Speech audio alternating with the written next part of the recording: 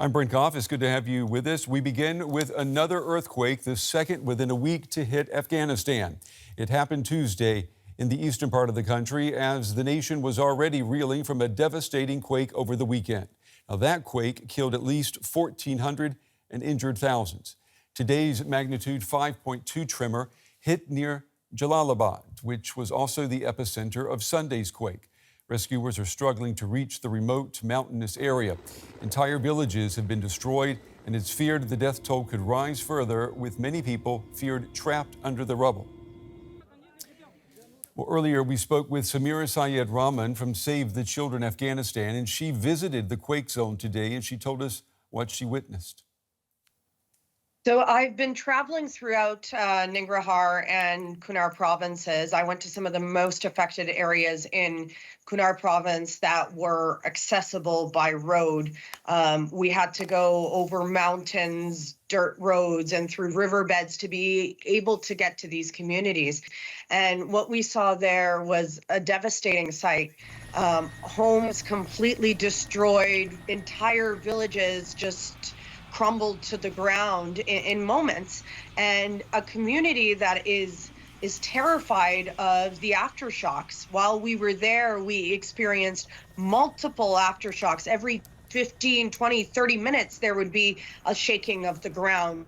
And you could see the fear in the faces of the people that we were talking to. And this most recent aftershock, this newest earthquake that has occurred, we were on the road, and we've heard that it was felt as far away as Kabul, and beyond. So we are concerned. Our teams on the ground have said that there hasn't been any more new damage as a result of this earthquake, but we are scared for what's to come with these multiple aftershocks that we've been seeing.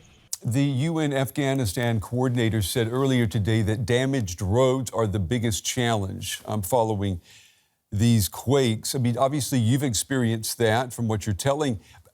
How is it possible for aid groups or even emergency personnel to get to these areas, particularly in this mountainous region of Afghanistan? It's incredibly difficult. The areas which we are able to access are now, the roads are being cleared by hundreds, thousands of volunteers that are coming from all over the country, essentially cleaning the roads by hand. And there are still some communities beyond that were incredibly remote and inaccessible prior to this earthquake taking place. They are extremely hard to reach areas.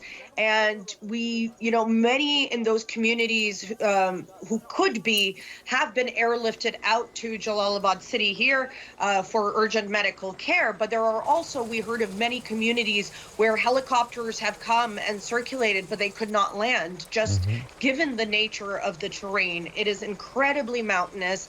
You have houses that have been built into the mountainside, and they're one on top of another. So when one collapses, they all collapse on themselves. And that's, our biggest fear right now is that there are so many villages that cannot be accessed. And as time is running out, we are expecting the numbers to rise.